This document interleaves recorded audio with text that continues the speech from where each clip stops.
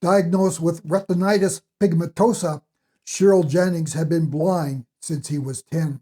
However, in 1991, at the assistance of his girlfriend Barbara, Cheryl saw an eye specialist, Dr. Trevor Woodhams. Since Cheryl could still see light, Woodhams didn't think Cheryl had this affliction. In fact, Cheryl had thick cataracts, and the removal resulted in a return of Cheryl's eyesight just before his marriage to Barbara.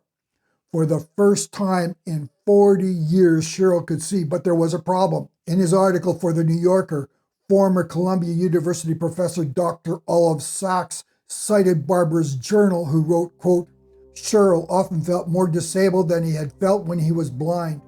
Steps posed a special hazard because all he could see was a confusion, a flat surface of parallel and crisscrossing lines. He could not see them, although he knew them as solid objects going up or coming down in three-dimensional place, unquote. The cat was also challenging. Though Cheryl identified the cat's head, tail, and paws, he could not visualize the cat as a single entity. The images were coming in correctly, but Cheryl's mind was not processing them. It took weeks before Cheryl could see properly. Barbara said trees were also problematic. Cheryl recognized their individual parts, trunk, leaves, and branches, but they were just a jumbled mess. This reminds us of Jesus' strange healing of a blind man at Bethsaida. After spitting on the man's eyes and laying hands on him, Jesus asked, quote, "Do you see anything?"